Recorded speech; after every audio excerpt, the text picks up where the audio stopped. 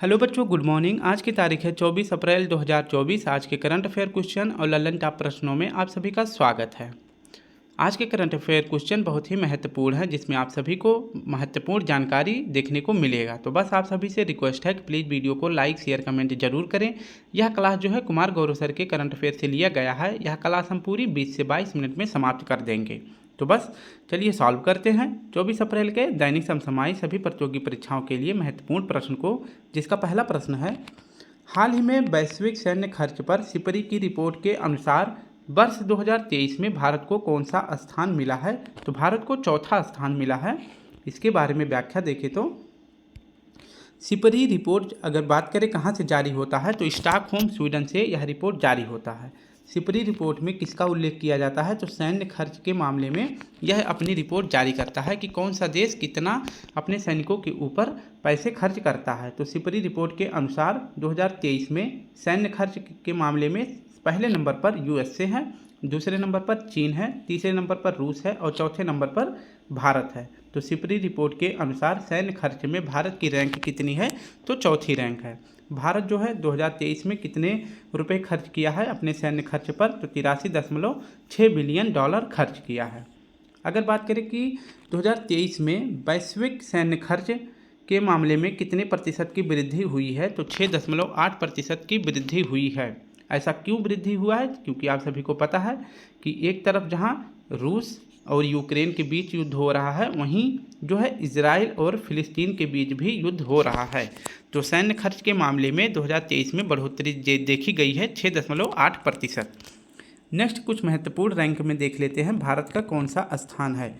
तो fire power index में भारत की रैंक है 4th, शेयर मार्केट में भी भारत की रैंक है 4, यूनिकॉर्न इंडेक्स में भारत की रैंक है 3 और जेंडर गैप इंडेक्स में भारत की रैंक है 127।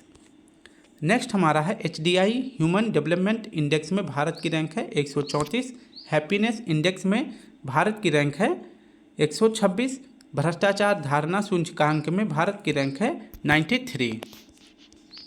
अब कुछ महत्वपूर्ण ऑपरेशन देख लेते हैं जो भारत ने विभिन्न देशों में अपने भारतीयों को बचाने के लिए स्टार्ट किया था। तो ऑपरेशन अजय कहाँ शुरू किया गया था? भारत के द्वारा इजराइल में जो भारतीय फंसे थे उनको बाहर निकालने के लिए ऑपरेशन अजय शुरू किया गया था।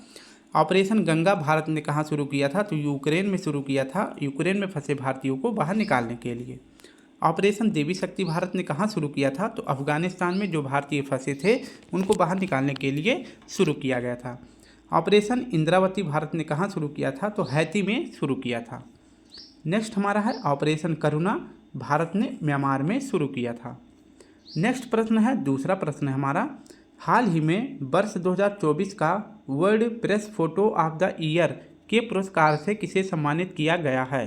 तो 2024 के world press photo of the year के खिताब से किसे सम्मानित किया गया है? तो मोहम्मद सलीम को सम्मानित किया गया है। ऑप्शन सी सही हो जाएगा।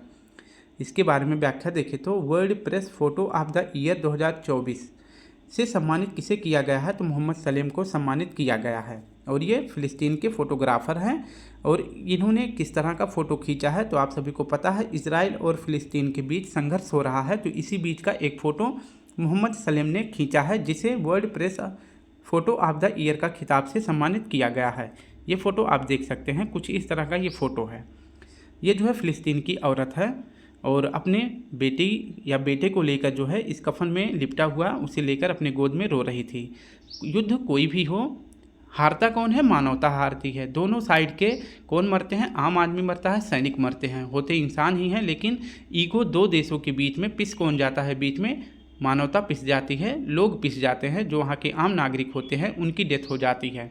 तो इस तरह की फ़ोटो जो है इनके द्वारा खींची गई थी और जिसे इस फ़ोटो को ही क्या दिया गया? World press photo of the year का खिताब दिया गया है। तो किसे दिया गया है? मोहम्मद सलीम को दिया गया है, जो कि फ़िलिस्तीन के फ़ोटोग्राफ़र हैं।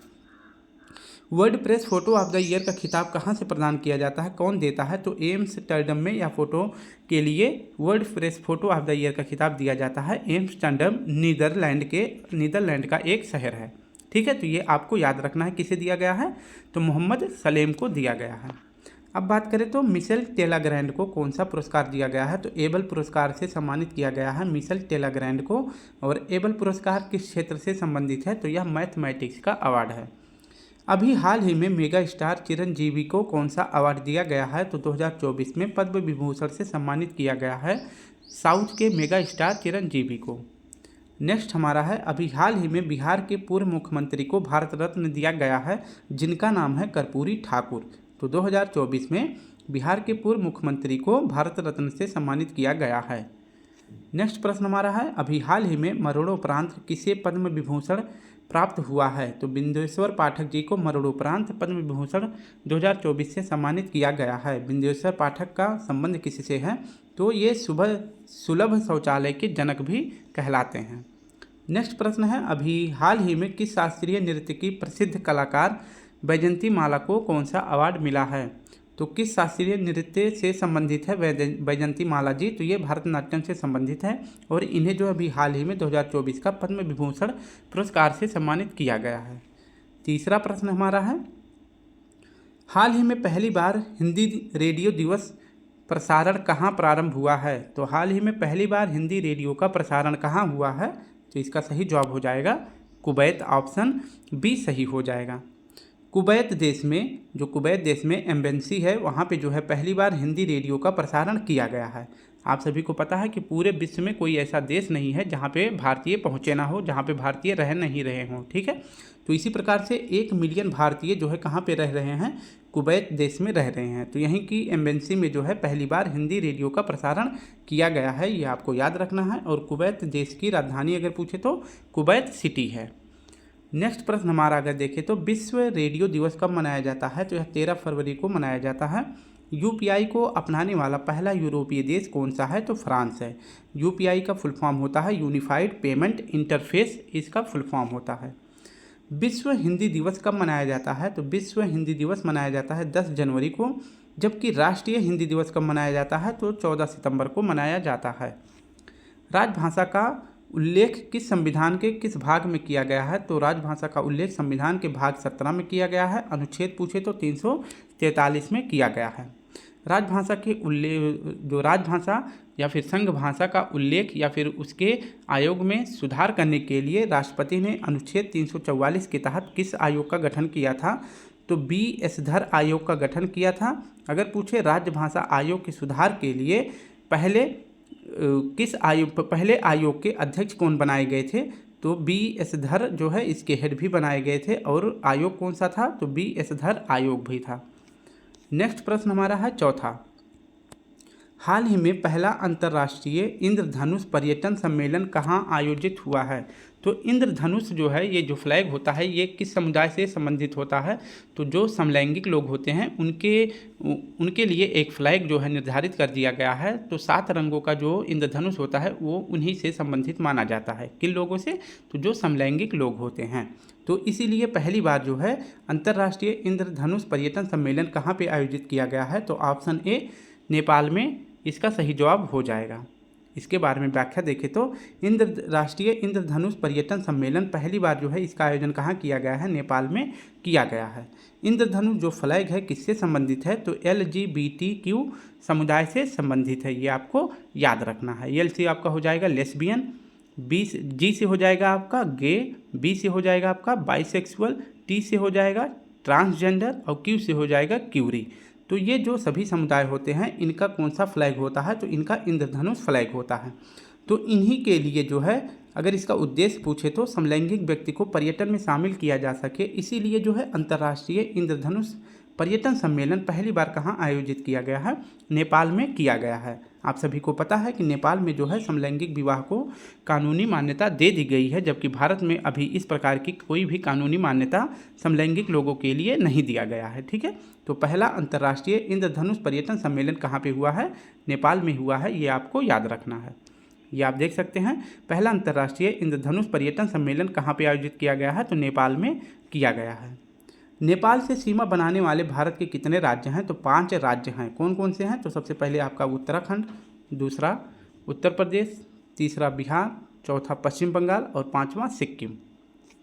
नेक्स्ट हमारा है किस अंतर्राष्ट्रीय संगठन का मुख्यालय काठमांडू में है? तो काठमांडू में दक्षेस का मुख्यालय है। और दक्षेस की या फिर कहे सार्क की स्थापना कब हुई थी? तो 1985 में हुआ था।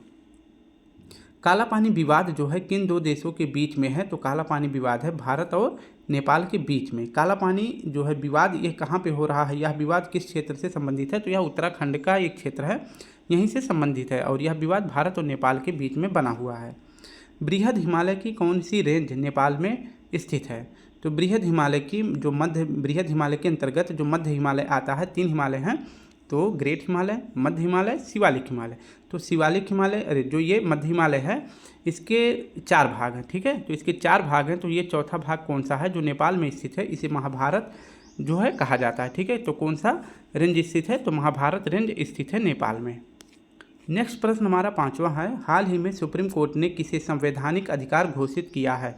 सुप्रीम कोर्ट ने अभी एक महत्वपूर्ण फैसला सुनाया है और इसका सही जवाब हो जाएगा option A, child care leave को जो है संवैधानिक अधिकार घोषित किया है सुप्रीम कोर्ट ने। इसके बारे में आप सभी को जानकारी रखनी है, इसके बारे में पूरी व्याख्या देखते हैं। अभी सुप्रीम कोर्ट ने एक निर्णय लिया है चाइल्ड केयर लीव के बारे में, ठीक है। तो इसमें बताया है कि महिलाओं का यह संवैधानिक अधिकार है। जैसा कि जब महिलाएं प्रेग्नेंट होती हैं तो उनको जो है उनका एक मातृत्व अधिकार होता है, उनको जो है 6 माह के लिए उनको मातृत्व अवकाश दिया जाता है। इस दौरान जो है अगर महिला जो है सरकारी पोस्ट पे है तो उसको 6 माह के लिए उनको सरकार उनको वेतन देती है। लेकिन अभी कल के जो है केस में सुप्रीम कोर्ट ने एक फैसला लिया है चाइल्ड केयर लीव के मामले में और इसमें कहा है कि यह महिलाओं का संवैधानिक अधिकार है। तो 6 माह तो सरकार देती है महिलाओं को छुट्टी और इसमें जो है सरकार उनको वेतन भी देती है। लेकिन चाइल्ड केयर के मामले में सुप्रीम कोर्ट ने एक और डिसीजन लिया है,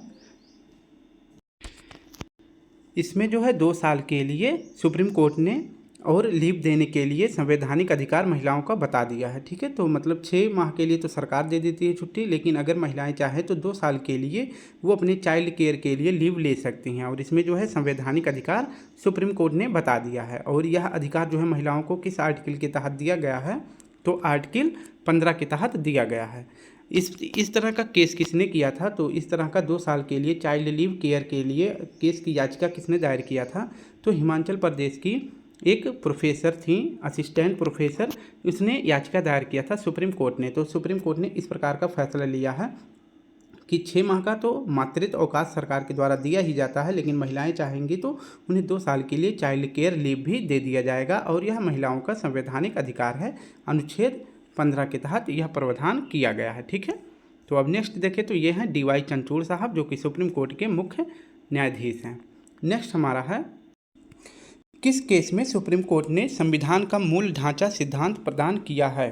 तो इसका सही जवाब हो जाएगा किस केस में यह कहा है कि संविधान का जो मूल ढांचा है उसमें परिवर्तन नहीं हो सकता है? तो केशवानंद भारती केस में कहा है और केशवानंद भारती केस कब हुआ था? तो 24 अप्रैल 1973 में हुआ था, ठीक है, ये आपको याद रखना है।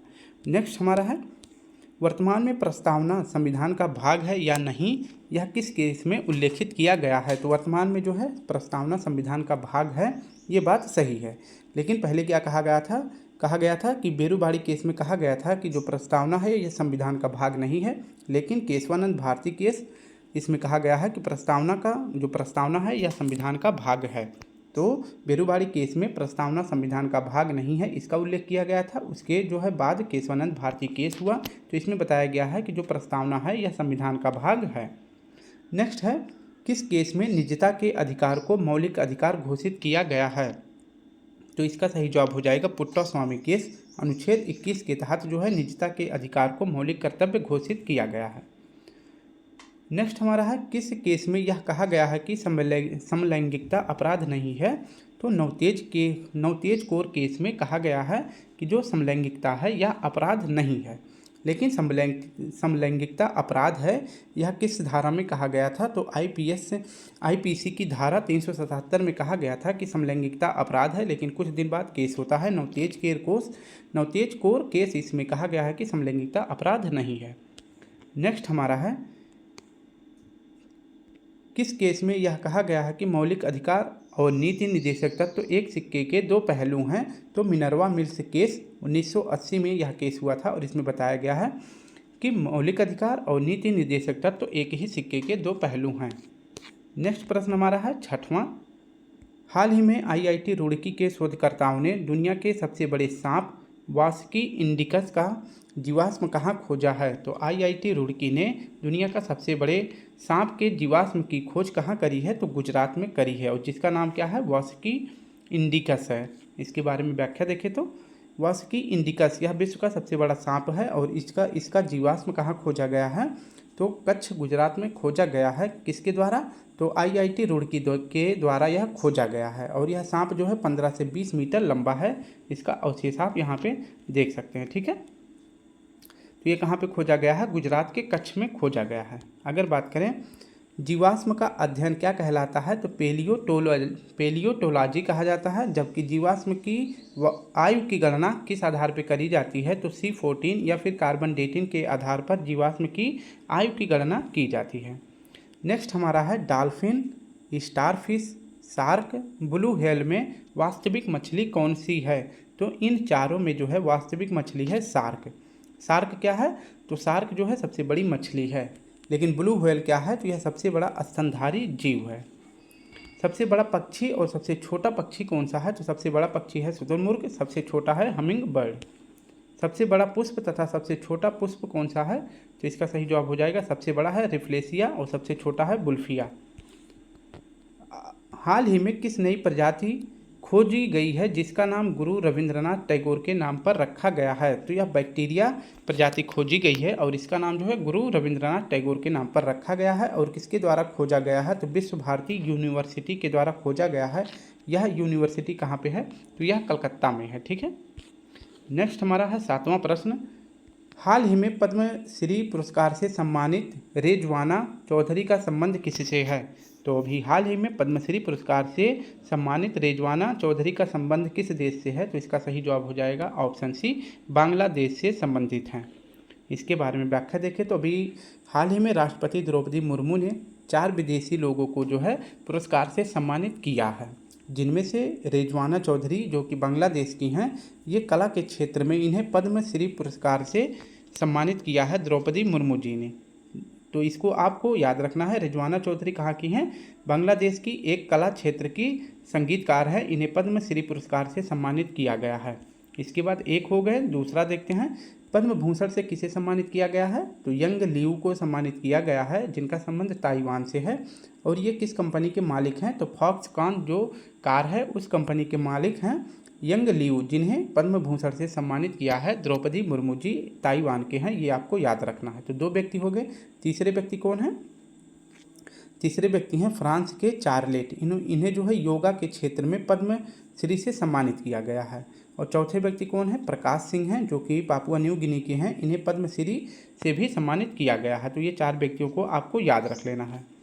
नेक्स्ट देखिए तो मरणोपरांत भारत रत्न प्राप्त करने वाले पहले व्यक्ति कौन थे? तो लाल बहादुर शास्त्री जी थे। नेक्स्ट है भारत रत्न प्राप्त करने वाले विदेशी व्यक्ति कौन थे? तो 2 व्यक्ति थे। एक तो खान अब्दुल गफ्फार खान, इन्हें सीमांत गांधी भी कहा जाता है। इनका कौन सा दल था? तो इनका लाल कुर्ती दल था।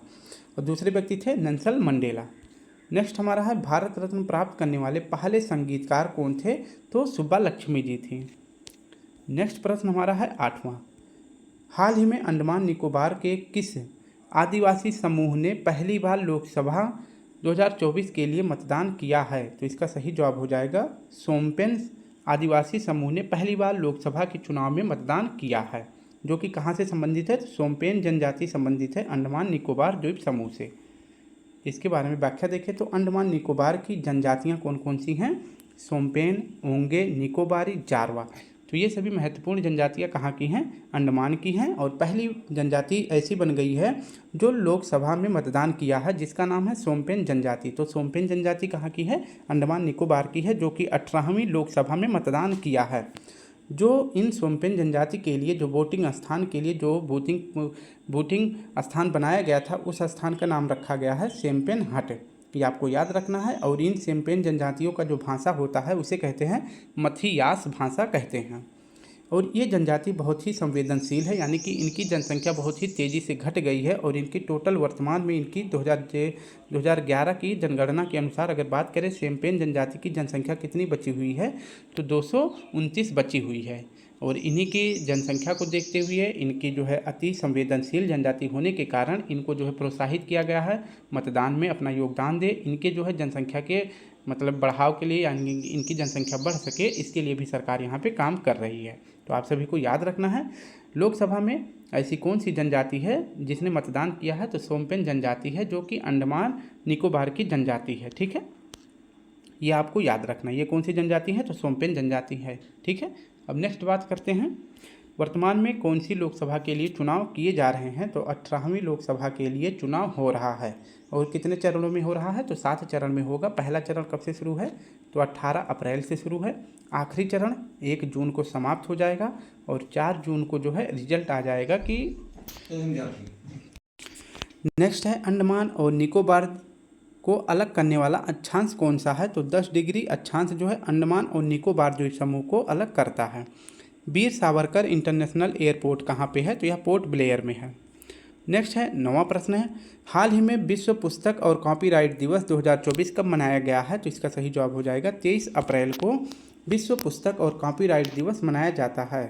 इसके बारे में व्याख्या देखें तो विश्व पुस्तक और कॉपीराइट दिवस 2024 कब मनाया गया है, तो 23 अप्रैल को मनाया गया है। पहली बार कब मनाना शुरू किया गया है, तो 1995 को शुरू किया गया है और 2024 में विश्व पुस्तक और कॉपीराइट दिवस का थीम क्या रखा गया है, रीड योर वे इसकी थीम रखी गई है। और इसी दिन 23 अप्रैल को ही क्या हुआ था, तो 23 अप्रैल को ही शेक्सपियर मृत्यु वर्षगांठ भी मनाया जाता है। तो world book and copyright day कब सेलिब्रेट किया जाता है, 23 अप्रैल को किया जाता है। नेक्स्ट हमारा है 24 अप्रैल यानी आज की तारीख को पंचायती राज दिवस मनाया जाता है। विश्व मलेरिया दिवस कब मनाया जाता है, तो 25 अप्रैल को मनाया जाता है। और 2024 में पृथ्वी दिवस 2024 की थीम क्या रखी गई है, तो ग्रह वर्सेस प्लास्टिक रखी गई है। विश्व विरासत दिवस कब मनाया जाता है, तो वर्ल्ड हेरिटेज डे मनाया जाता है 18 अप्रैल को। रॉयल डिजीज़ किसे कहते हैं, तो इसका सही जवाब हो जाएगा हीमोफीलिया को। और हीमोफीलिया दिवस कब मनाया जाता है, 17 अप्रैल को मनाया जाता है।